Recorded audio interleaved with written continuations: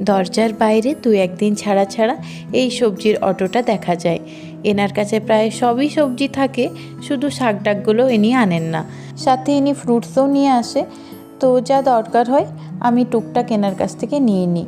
সবজি মার্কেট না যাওয়া হলে এনার কাছেই সবজিটা কেনা হয়। মার্কেটের থেকে একটু এনার কাছে দামটা বেশি থাকে, আর নেবেই না কেন, দরজাতে এসে দিয়ে যাচ্ছে, তো মার্কেটের থেকে তো একটু দাম বেশি নেবেই।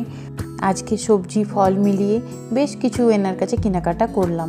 আজকে লাউয়ের সবজিটাই আমি বানাবো। সাথে কিছু মশলা মিক্সার জারে পিষে নিচ্ছি, যেমন আদা, রসুন, লঙ্কা, পেঁয়াজ, টমেটো, জিরে। এদিকে কড়াইয়ে তেল গরম করে তার মধ্যে দিয়ে দিচ্ছি 5 ফোড়ন, তেজপাতা, সাথে দিচ্ছি পেঁয়াজ কুচি, রসুন কুচি। এগুলোকে ভালো করে ভেজে নেব।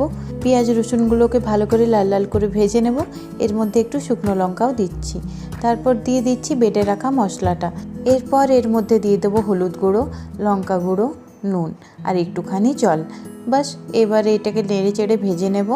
ভালো করে এটাকে ভাজতে হবে। লাউয়ের এই সবজিটা না মুসুরির ডাল দিয়ে করব। এটাতে না দুটো কাজ একটাতেই হয়ে যায়।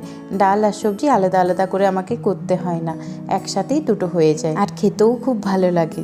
এটা একটু ঝাল ঝাল করলে আরও বেশি ভালো লাগে, কিন্তু বাচ্চা আছে, ওরাও খাবে, তো তাই ঝালের পরিমাণটা একটু কমই দিই। মশলাটা ভালো করে কষে নেবার পর এর মধ্যে দিয়ে দিলাম কেটে রাখা লাউয়ের টুকরো আর একটুখানি মুসুর ডাল। রেগুলার বেসে যে মুসুর ডালটা আমরা করি তার অর্ধেক দিলাম। সব কিছু দেওয়ার পর এগুলোকে ভালো করে একবার কষে নেব। এই যে ঢাকা দিয়ে আমি 1 মিনিটের মতো এটাকে কষে নিচ্ছি। তারপর এটাকে ভালো করে আবার নেড়ে চেড়ে এর মধ্যে কিছুটা জল দিয়ে দেব। জলের পরিমাণটা একটু বেশি দেব, কারণ মুসুরির ডালটাও সাথে আছে। লাউয়ের থেকে এমনিতেই একটু জল ছেড়ে দেয়, কিন্তু মুসুরির ডালটা দিচ্ছি তার জন্য একটু বেশি করে জলটা দিচ্ছি। আর তরকারিটা আমি শুকনো শুকনো করব না, একটু ঝোলঝোলেই রাখবো, তার জন্যে একটু বেশি করে জল দেওয়া। উপর থেকে 2-1টা টমেটো দিয়ে দিচ্ছি আর কিছু কেটে রাখা ধনেপাতা। 15 মিনিট এভাবেই ঢাকনা বন্ধ করে ফুটিয়ে নিলাম।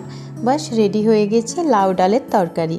দেখুন কি সুন্দর কালারটাও এসেছে, বেশ ভালো লাগে এই লাউ ডালটা খেতে। গরম ভাতের উপর এই লাউ ডালটা থাকলে আর কিছুই দরকার হয় না। একটু নেড়ে চেড়ে এই সবজিটাকে নামিয়ে নেব। সবজিটা রেডি হয়ে গেছে। চলুন আজকে ভিডিওটা এখানেই শেষ করছি। আর সবার কাছে একটাই অনুরোধ, নতুন নতুন ভিডিও বানাচ্ছি তো, তাই অনেক কিছুই কমে থেকে যেতে পারে আমার ভিডিওর মধ্যে। সঙ্গে থেকে একটু সাপোর্ট করবেন। আগামীকালের ভিডিওগুলো ভালো করার চেষ্টাতেই আছি। ধন্যবাদ।